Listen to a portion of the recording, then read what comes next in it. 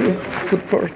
My name is Layla. I've been working with the Student Early Careers section for about 8 years now. 8 years? So, are you an engineer?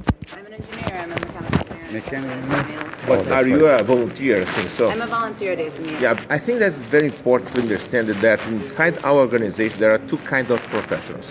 Okay, one's ASME staff and another one volunteers. Okay. Okay, the volunteers is our goal. What's the proportion of these guys? You have half and half? 140. Sorry, go ahead. Well, I was going to say it's heavily weighted to volunteers. The Yeah, staff but are- when we talk about the members, we are talking about 140,000 people. Okay, more than 50 or 60 countries. When you talk about ASME, okay. Okay, sorry, go ahead. You're a staff. Can you introduce yourself, please? Yeah, so I'm Brandon. I'm a volunteer like Layla. Okay. And we're both on the student leader training team. And we Are you a mechanical engineer too? mechanical engineer. I just graduated, and I'm going back for a business degree at the same university. That's right. Yeah, Sorry, where are you from?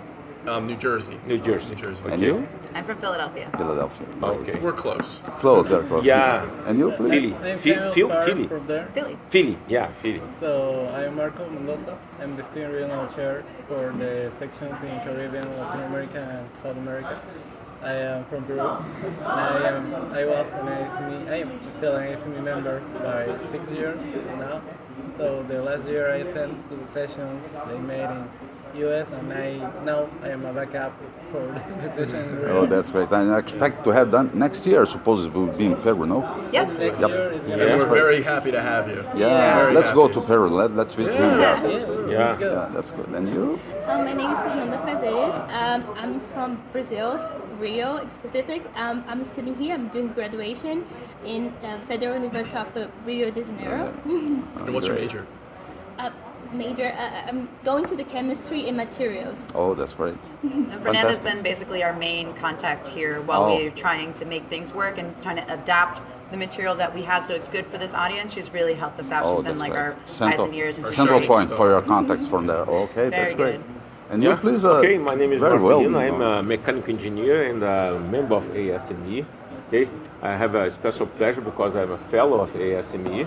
Okay, and I am here just to encourage people to be a member of our association. Okay, mainly people from age like this. Okay, I have a goal to invite them to be a member of ASME just to collaborate with our association. How do you compare Brazilian students with American students or South American students, other parts of the world students, in terms of engineering motivation and qualification? Today, I would say that just in the interactions that we've seen from the Brazilian students, that they are casual in a way that promotes warmth. I feel like a lot of people, I feel like I'm already friends with Fernanda. I love her. Oh, we're friends. Oh, We're friends. So I feel like that a lot from the people who participate, I feel like we're on a first name basis immediately, and I think that it's great and it's very easy for new people to be welcomed. But I saw that the examples that they did were very focused on personal issues instead of business issues. Yeah. You understand that's a problem that we can solve and make them understand a little bit more that we are talking about businesses? Yeah. Well, one of our main challenges and things that we always work towards to improve with our programming at the SLT is to really target the core foundation of where problems arise. Perfect. It's not the fact that the design won't fit the specification. It's the fact that we're making people work with each other, that they don't understand how one is operating and the other is from a different department or something. So that's why we focus on building that empathy muscle, what we talked about, appreciating others. And that's where the personalization comes in with a lot of our programming. I almost feel that the fact that all their problems are personal speaks to the work environment now, where we do have professional relationships, but every single one has an aspect that's personal. Personal. You become friends with the people you work with, or not friends, and it greatly affects how you people work together. Most important challenge today for them probably is the I personal. think it is our generation too. Like we going to job, and we don't want to just go there to do a job. We want to go there to experience that, living there, do what we love in that place. So I think because of this, kind of became personal, In this transition, ASME is really helpful because you can get in touch with people that not for your country, just being a member. And this is a big opportunity. If you can apply these programs, you can travel, you can find people from all around the world, and have a nice 3 days with these guys, making you think out of the box, encouraging you to apply this in your country, to apply this in your region. So this is a good idea because they are combining technical abilities and soft skills. Let me say something that you can say that's true or not. In Brazil and South America, I'm not sure about that, but in Brazil, especially in Brazil, students are very focused on the finishing of engineering, the engineering of the end of the process, not the beginning of the process, research, raw materials, and things like that. Is it true or is it a misunderstanding of myself? I would say that from what I've seen, Brazilian students are very prideful of what they have accomplished. So maybe that could be misinterpreted that they are just interested in the end result. But I feel like no matter how little the thing that I asked, they are very prideful in it. So maybe when you are just passing through somebody and you ask them, oh, how is that FSAE car? They will say, like, it's amazing, look at it. But if you ask them about if you take the time to sit down and ask them about every single little thing, they will explain it to you. I mean, Brandon had a great conversation. Yeah, it's the same opinion, sir. Yeah, I mean, I always say in my school, the devil's in the details, right? So the last 10% of finishing the project is the most important piece when you're designing a product that's going to be beautiful. Like the cars out there made by your university are really works of art, and not just physically. It's the mindset that all the kids had. So when I was, like Layla was saying, I was literally telling her this yesterday. I ask the same questions to every Formula team I always talk to, and it's usually the first year students who the seniors make go and present the car, and they have no idea what's going on with the car. These guys were on point. They knew every single design aspect of the car. They talked to me, in perfect English. I was really impressed. Yeah, I believe that the language is a big challenge for us, and I'd like to ask a question: how to encourage these young people to be more engaged with ASME projects? How to do that? I can How to push them? How to encourage them? By a personal experience, working in Peru and Latin America, working in context, we encourage people, telling them that we have these events. Years ago there was the student design competition, the student professional design competition, so we got these events, these competitions by separately. Now they are together. Now we have professional ASME member staff come here. They tell you their experience, they share with you in the sessions. So the idea is make people think that they can work outside their country. They are able to do, because engineering is the same here and the same in North America.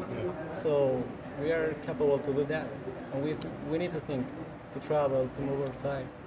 I think in short, come to eFest and Yeah, apply of to the course. student leader Yeah. training program, I think. I think that we need to be asking ourselves, as ASME, the question, we should not be asking, why don't people like our products? We should be asking, why aren't we making products that people like? Yeah, that's right. So Yes. we, Attractive as enough. SLTC, we're a step in the right direction of captivating this audience. This is content that they like. It's the stuff that they find valuable. You saw them out of their seats. They're interested. They're engaged.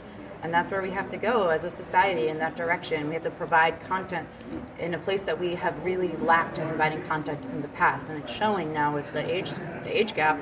But I think we're making some moves in the right direction with the eFest in general, with the programs that we put on and similar ones like that, to try and bridge that gap. Yeah, Like sure. in my way, I never heard about ASME, and I was like, this event is fallout in our campus, and what is happening? What is this? So I get curious about this. I think when you disperse, like you awake curiosity in the people. I think that is the thing. Yeah. That's Okay, and then I have a question to you. How to spread the word about ASME, okay, among us, among these young professionals, young students? How to do that? It's a difficult question. It's a complex yes, one. very But complex I think we need to question. start with information and curiosity. I think is a good combo. So I think we can do that. I don't know the how yet, Yeah, but that's right. we can develop Very this. good, very good. Final message, please. Could you please explain a little bit better, let's see in details, the invitation you made in the end of the presentation to students to apply and to have money to trip to where and exactly what? So right now we acknowledge that ASME does not have a mechanism in place to bring new leadership, new talent, new faces into our organization. As a preemptive measure, we've put on this program where we're doing student leadership training. We invite about 50 students, about 30 domestic US, Canada, and then about 20 international students. As much as our funding will provide, we have a certain amount of funding, we get a little bit more, maybe sometimes. We stretch it as far as we can, and using that, we invite students to come out to IMECI. And to spend 3 days there And to spend 3 days there. And when we say come out to IMECI, we want them to attend our workshop, but we invite them to the student luncheon where they can meet other people in ASME. We want them to become familiar with the society, everything that the society has to offer. We want them to talk to everyone. We want them to talk to Julio about his daughter's getting married. We want him to dance with, President number 5. We want all of this to happen. Students they're the life of our organization. They're going to be the life of our organization. And if we don't start captivating them in a way that's effective, then we're not gonna have the people that we have. An interactive process that they can understand better the institutions you have. And my experience with ASME is really a testament to what Layla started and what I've really become very passionate about is this program. When I was a sophomore, I was actually funded to go to SLTC as a student, a second year student, and my university paid for me, and I really thought ASME was a club at Rowan. That's it. Yeah, That's it. I really did. And I do research, but I just had no idea how large the organization really was. 140,000 members around the That's world, it, yeah. and 700 student sections around the world as well.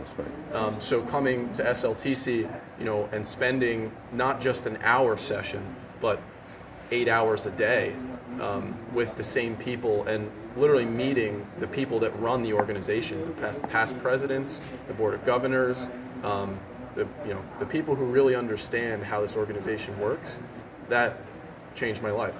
And I've been involved with the society ever since, and made some of my best friends here, and It's great. I'm hooked. If I could get 2 or 3 students like Brandon, if we as a team can find them when they come to the conference out of the 50 students that come, well worth it. Yeah. Beautiful investment. I'm happy. This is what Yes. we need. We need people who are interested in the society and promoting it and being good volunteers. Very good return for the investment. Personal Great. experience for Latin America, there are not enough applications. I think 5, 4 per year, and people got the potential, they got the skills, the ability to travel, to develop, to show, like Fernanda, their abilities.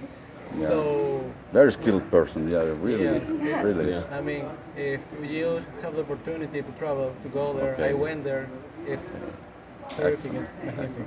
I would like to thank everyone, especially Marcelino Guedes, to promote this conversation with us. No. Thank you It's very my much. pleasure. I think that's not my pleasure, it's my obligation. I have to do that. Why? Hello. Mainly because I'm a fellow, and I think that I'd like to change our mindset. Yeah, that's good. I think that we have to understand that Brazil is a country far from the United States or from Europe, but we have to understand that nowadays our activities are global activities, and we have to be more engaged with programs and initiatives like that. That's great. That's it. Thank you, everyone. Thank you. Thank you so much.